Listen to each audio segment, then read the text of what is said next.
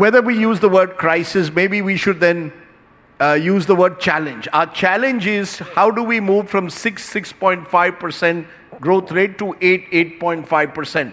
Are you therefore saying that our preoccupation shouldn't be with what Donald Trump does or does not do with tariffs? Our preoccupation is to get our own act together here to ensure that our manufacturing becomes competitive enough, that our growth rates are sustainable at an 8.5%, which may provide more jobs, which may perhaps make us far more competitive in an increasingly uncertain global economy.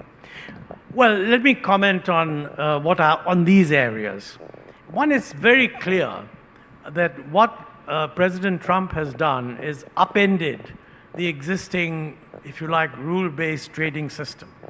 There's no way of disagreeing with that. He's done it, okay? Now, obviously, he's done it because he thinks this is going to be good for the US. Most respectable economists around the world don't. In fact, they think what he's done will actually not make America great again. It'll actually fragment America's capacity. Unfortunately, at the moment, it doesn't look like that because, inflation seems to be under control. Growth in the US also doesn't seem to be that much affected. But most people say that the full effects of the tariff have not yet come in. So it is going to take about 3 or 4 months before the US decides whether what Trump is doing is good for them. I personally think it's not. But I think we have to look at it in the following way. There's no doubt that what the US is doing is acting like a bully. Now, they're a big boy, the biggest one in the block, so they can't afford it. But what should we do? The normal argument would be that when somebody acts like a bully, everybody else says, look, we're not going to accept that. Unfortunately, everybody is not doing this. All the big boys, EU, UK, Japan, you name it, they have all effectively kowtowed to the US position. And this leaves us in a situation where, how do we react? I don't think that we should be necessarily provoking conflicts. We should be doing exactly what we're doing, which is trying to negotiate with the US how good a deal can we get. And when you say how good a deal, it's quite absurd to be having high tariffs, even 25%, when the US wants much lower tariffs and faces much lower tariffs for themselves. Our problem is at the moment 25 could become 50. So hopefully our negotiators are trying to get as good a deal as possible with the US. That's the only thing to do, and wish them luck. But I think we need to do more than that. I think our trade strategy, we need to address the question. A lot of people are saying that the old idea of being open is wrong, that you should raise protectionist barriers. The Chinese have always done it, the Americans are doing it, etc., etc. I think that's wrong.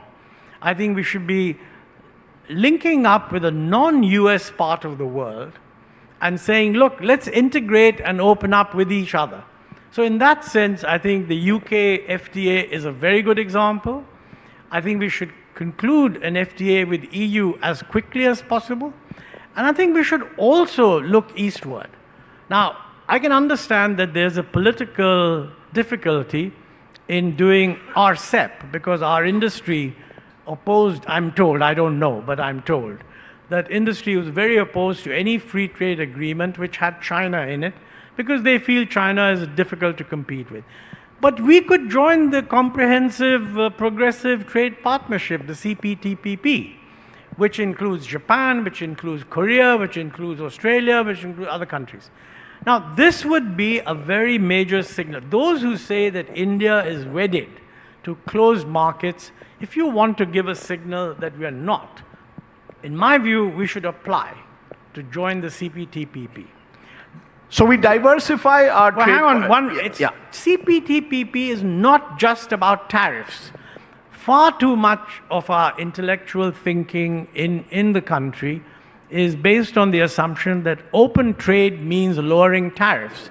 But it also means harmonizing behind-the-border standards, which traditionally we have been very reluctant to do. Now, frankly, in the way the world is evolving, I think we should face the fact if other people are agreeing, if other people are doing an alignment of behind-the-border standards, then India should be willing to do it. And of course, you negotiate, you determine the time period, but that would give a clear signal that, look, the rest of the world wants an open system. The US doesn't. We would welcome the US joining when it's ready, but we don't just sit around building little walls around ourselves. And that is a big challenge for us to accept.